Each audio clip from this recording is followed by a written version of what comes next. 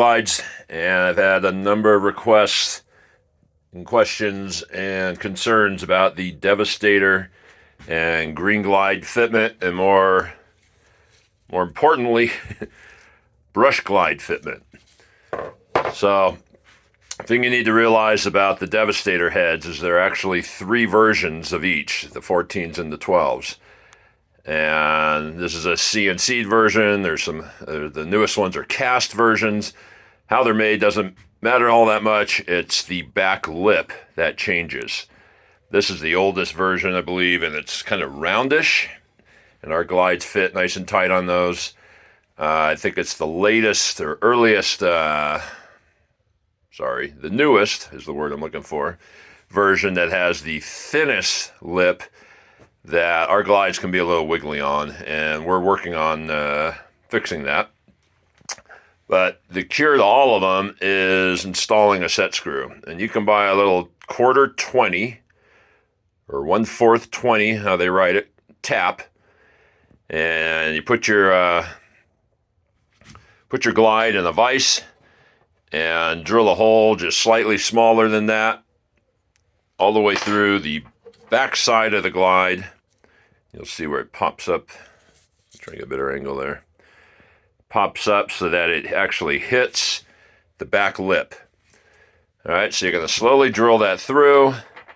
If all this stuff I'm talking over your head and you don't know on the bench vise and you don't know what 1/4 20 thread is, take it to a machine shop. They'll do it for a 6-pack of beer. Just find the oldest, fattest guy in overalls and give them these supplies. You want to buy these on Amazon. I'll put a link in the description below.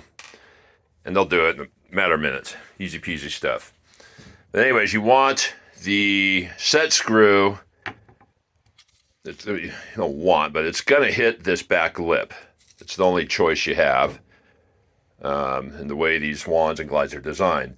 So on that back lip, you're going to install the glide and take a fine tip Sharpie, draw a little dot on there, and have the guy drill on, or file actually, a flat spot. Pretty hard to drill on a round surface.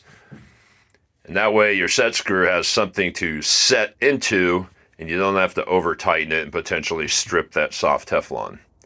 So hopefully that makes sense. Again, you're going to install the set screw so it hits on a flat spot on this back lip, and that way it's not going to wiggle or create glide slide. So this is a 14. You can see that I've notched it, and you can see that little bit of air there. You want to cut the notch, we're going to call it, just big enough to where it allows the glide to slide through. And let me show you how the notch looks. Okay, so it's important to cut your square. Sometimes it'll come out a little shark fin shape. But then you want to take a round file and sort of file under that lip. And then that way, what we'll call the lip clip of the glide, this little hook here, can fit underneath that lip and hold on tight. So you can cut this with a cutting wheel like I showed in my other video, or simple hand file. Take you a few minutes more. Cut at it. You can use a curved hand file to create a little nice looking radius there. And then, again, round files to finish it off.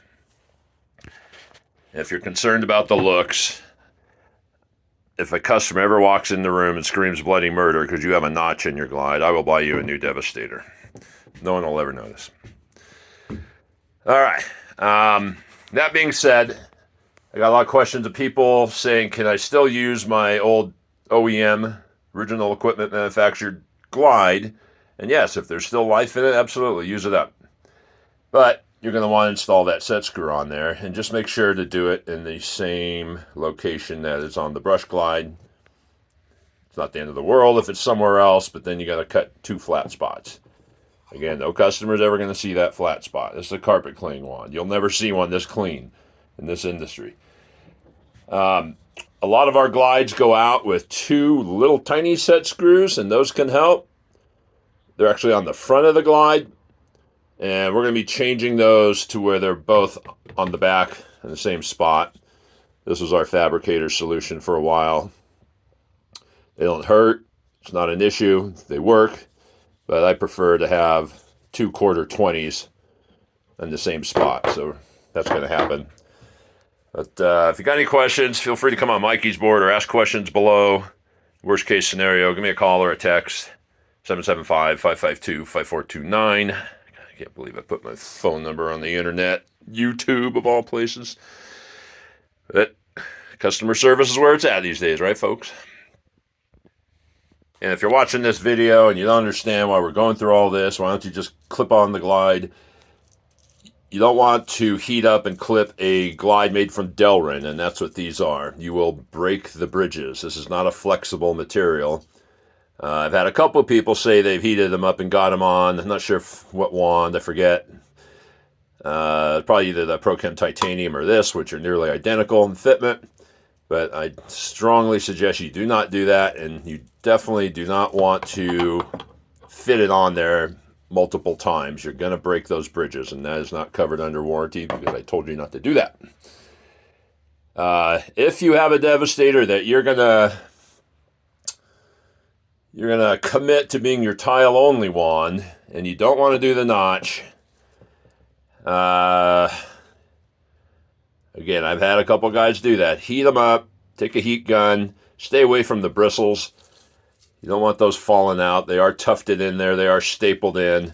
But try and heat up the back lip only. Put it on the front first and slowly pry it on. Use the widest screwdriver, or actually a file, something big, maybe 2 or 3 of them. Get 4 hands, support the bridges, get it on there and leave it on there. Don't take it off and on. You're going to have problems. But personally, I think the whole appeal of this brush glide thing is to be able to easily swap out the brush to the carpet glide and only need to carry 1 wand on your truck.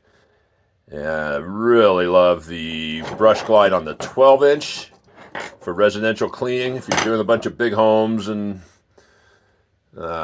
large commercial, the 14's fine, but if you're going to buy a Devastator with intent to do a lot of tile cleaning, go with the 12.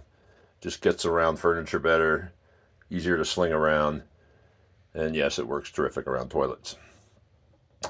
If your Devastator is beating on you, try a hybrid glide. A lot less connection or material on the floor, or should I say vacuum opening on the floor. Grabs far less. Yes, it leaves a funny little pattern, but you're going to break that out, right? Or you're not going to pay attention to it and don't let it bother you. Hybrids work terrific on these things. Really make them much easier to push and pull. And I guess that's it. Hopefully I answered all your questions. And if not, you know what to do.